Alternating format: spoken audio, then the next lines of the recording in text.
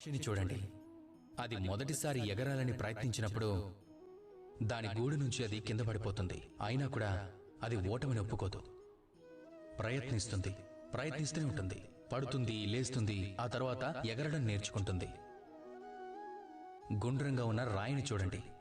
పర్వతం నుంచి పడిపోతుంది, ఎన్నో దెబ్బలు తింటుంది, జలం యొక్క ప్రవాహంలో ప్రయాణిస్తూ ఉంటుంది. ఆ తర్వాతది శాలిగ్రామంగా మారుతుంది.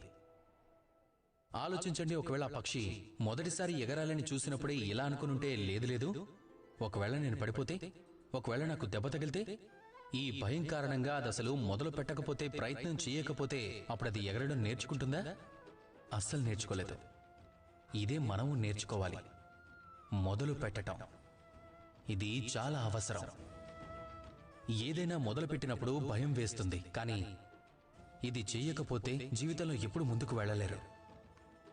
ఎవరికి తెలుసు, మీరు మొదలుపెట్టిన తర్వాత పడిపోతారేమో, మళ్ళీ పడిపోతారేమో. కానీ నిరంతరం ప్రయత్నిస్తూ ఉంటే ఒకరోజు కాకపోతే ఇంకొక రోజు తప్పకుండా మీరు సాధిస్తారు. కాబట్టి ప్రారంభించడం అన్నింటికన్నా ఎక్కువ